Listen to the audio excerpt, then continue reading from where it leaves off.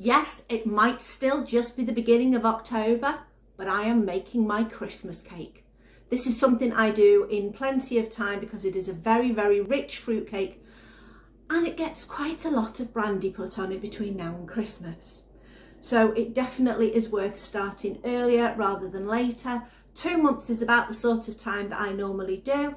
So I'm going to show you how I make my mum's Christmas cake that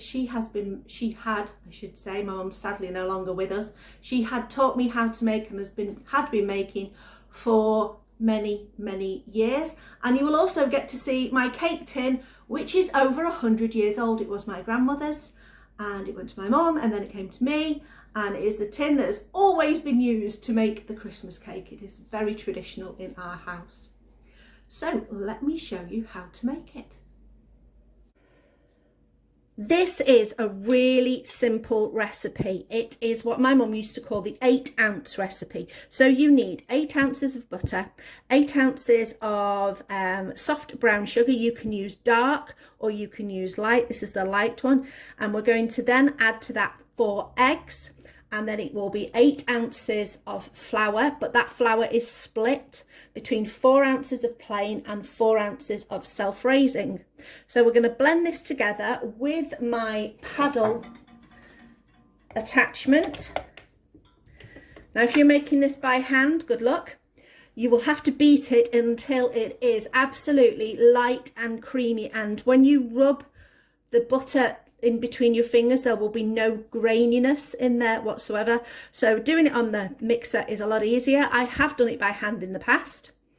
I've taken the bowl into the living room and I've sat watching television while I've been doing it, and you do end up swapping arms and getting very good arm workout. So let's crack on with this, and I'm just going to blend this. You don't need to stay and watch this bit, so I will cut to it when it is absolutely perfect. Here we go. Now this is where my machine, I have to do a double click, but there we go. Mix it till it's all nice and creamy. Now this mixture is lovely and light and fluffy and really good. So what I'm going to do now is I've weighed out my 4 ounces of my self-raising and 4 ounces of my plain flour. And what I'm going to do is I'm going to alternate my eggs. So I put in 1 egg, mix it a bit, add some flour, mix it a bit. So you alternate between egg and flour until you have run out. Now what else I've done, if I just show you over here, is I've got my cherries, which are glacé cherries, some sultana, no, these are raisins, sorry, raisins. I always get sultanas and raisins muddled up. Raisins and some currants. And I've taken a little bit of my flour to sprinkle on here and mix through, because my mum always said if you did this it would stop the fruit from sinking in your cake. So if my mum said it, that's what I do. So that's that. So we'll just get on with the egg and flour mixture. So I'm going to crack in 1 egg, give that a little mix. We'll just drop that little portion down there. Do the double click for my mixer. Then what you find, if I put you down there, is it starts to go looking like it's curdled, but don't worry about that, it's absolutely fine. You're just going to add your flour and then add your egg, add your flour a bit at a time. I tend to keep the mixer going while I do this. So I will show you the end result. So you can see here I've added a little bit of flour and it's brought it back together again. When I've done 2 eggs and 2 lots of flour, I'll scrape down the sides before I carry on. So I'll go in with my next egg.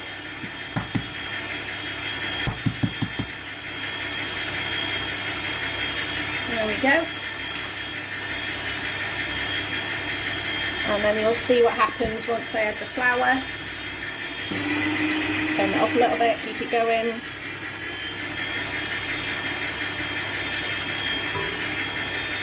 I just drop the flour in, a few spoonfuls at a time. Let that do its thing and keep going. Right, all our eggs and 99% of our flour is in there. I have saved about a tablespoon of flour left because even though I've got that massive bowl of fruit there, I know that that probably won't be enough because this cake is so dense with fruit.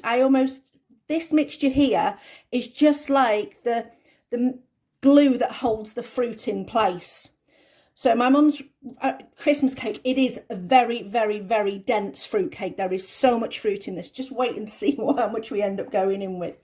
So I'm going to start going in with this fruit. It's like I say, I have floured to make sure it doesn't stick. Put about half of that in and start mixing. Do the double click.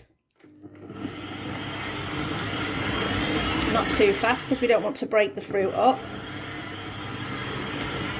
Right, that's that fruit mixed in. Just make sure your cherries don't stick together. I've noticed a couple of mine are sticking together, so just flour them over a little bit. And again, next bit. So that's all that. So pop that down again.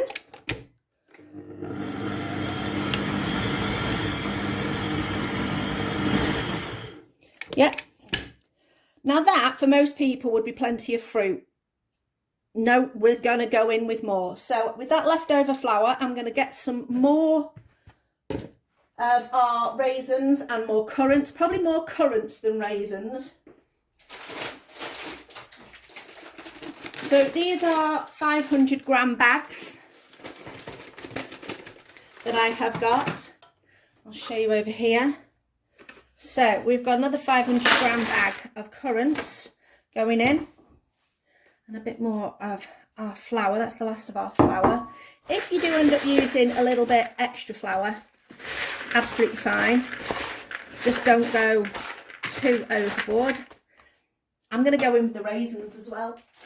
So far we've got a full container of glacé cherries. I've literally just put my, can't see for looking, put my scissors down to where I put them. So as I was saying, we've got a container of glacé cherries.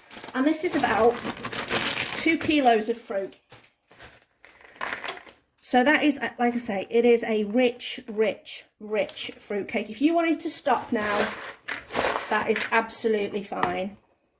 My mother would shoot me if I did not carry on adding more and more until you can practically not fit any more in. Okay. I say, just make sure you break up any of those that are sticking a little bit together. Right, in we go with this next lot. Now at some point this mixer's not going to be able to handle this, so I will have to do the rest by hand. So half of that going in. Let's see if it can handle this. Oh my days. Oh, double click. Really slow speed, and it's going to start coming out of the sides if we're not careful. Let's go with a little bit more. Ooh. Okay.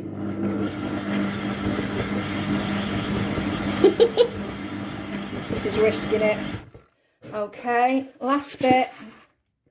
To be honest, there's every possibility that I could have gone in with some more, but I don't have any more, so that's going to have to be it. Oh yeah, machine's starting to lift.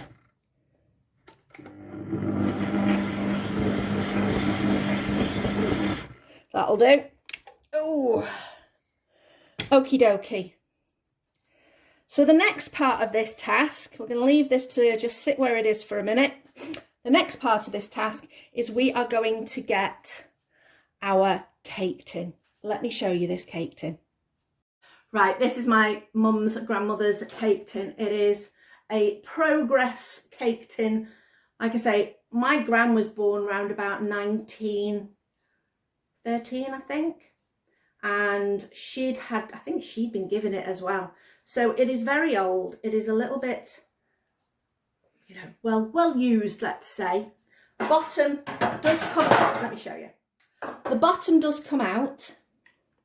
So you can see that you have this separate base and the separate ring, which is great. And it does have a bit of a rusty hole in it. but that's fine, it still works. And what we do is at the end of baking, when we take the cake out, we pop this in the oven to dry out, which helps with those holes in the bottom. So we're going to line this and we're going to line the sides. So that's the next job, is to get that ready. Right, the first job for lining is I'm folding my baking paper over. I'm going to draw a circle. This will be for the base. Now I've always done 2 layers in the base. Like I say, let's find the scissors again. That is because it was the way my mum always did it. So I'm sticking to tradition.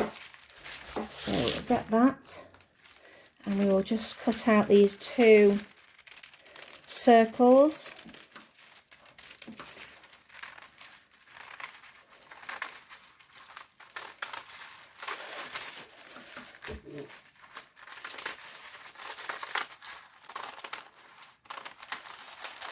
Easy done. Okay, there's my 2 circles for the base. The next thing we do, let's trim that edge off, is we're going to do the sides. Now the way that I do the sides is I measure the cake tin and leave about a couple of centimetres there because we're going to fold that bottom part in. So we need to work out how long that is. So we go around till we get to the other side, and then we want a slight overlap. So I will just put a little scissor snip where that overlap is, if you can see. There we go, little scissor snip there, so I know how far I need to go. I will cut up there.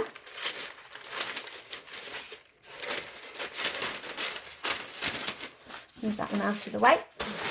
Now we're not going to need it this tall, but I do it slightly taller because this cake does sort of rise and it takes up a lot of space in here. So I've got my little space at the bottom and I'm going to give it a good 4 or 5 centimetres at the top. So roughly, if we cut this in half, that should be perfect. And we can save the other half for next year. So, quick snip down the centre of there.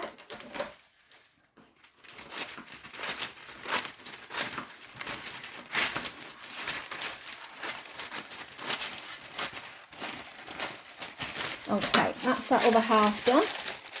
Pop that to the side. This is the half we're going to use, and what I'm going to do now is I am just going to roll it up like that, because we're going to put some snips in there. I'm going to roll it, flatten it just at the base, fold at the base those few centimetres that we want. Let's just double check that's tall enough. Yeah, that's good. Then all I'm going to do is do some snips to the line. And this is going to help us. I'll just go in there. When we put our cake tin out. So first thing first, cake tin down, base in. Put our first sheet in, then we're going to go in with this and we're going to curve it in.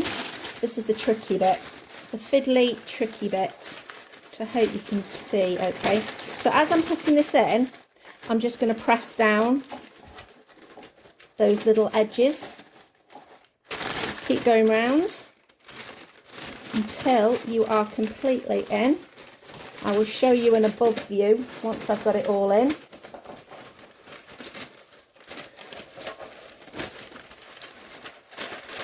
And this is why you need your second piece, because that will help keep it in shape. So roughly, that's what it's looking like. A couple of pieces there just to tuck back down. I'll just nip in there. There we go. Then you get your second piece. And that goes over the top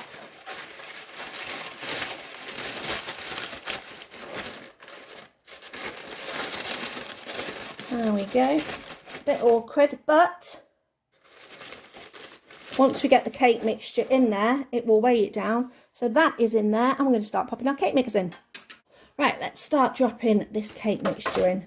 I tend to drop it around the edges first to make sure that they're all nice and will stay down and the parchment will stay in place. There we go. Once you've done that, you can start just dropping the rest of the cake mix in. Careful you don't knock your parchment down at the sides.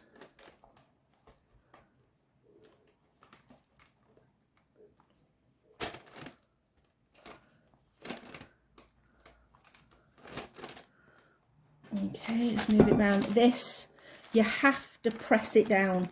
You will not fit all this cake mix in if you don't press it down.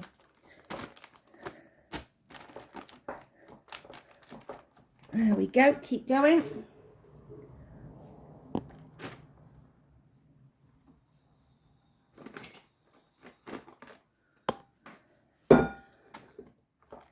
Now, if your tin's a lot smaller than my tin, you might want to make some mini ones as well. I'll spin that round. Keep pressing. Now, when I was little, I never actually liked this cake. In fact, even today, I'm not a big fan. So why am I making it? Well, because my dad loves it. That's why. And I like making one for him because I think it's a special thing to do for him. So, and also the weird thing was, when I was little, my mum would actually save me some of the mixture, and that would be my treat. So even though I wouldn't eat it cooked, I would eat it raw, which shows you how weird I was. And no, I don't recommend doing that, you know, eggs and all those kind of things, but back in the 70s and early 80s, nobody really bothered. So, there we go. I do have a little bit left. Let's see if I can squash the rest of it in. Now, what I tend to do on this is I make a divot in that middle section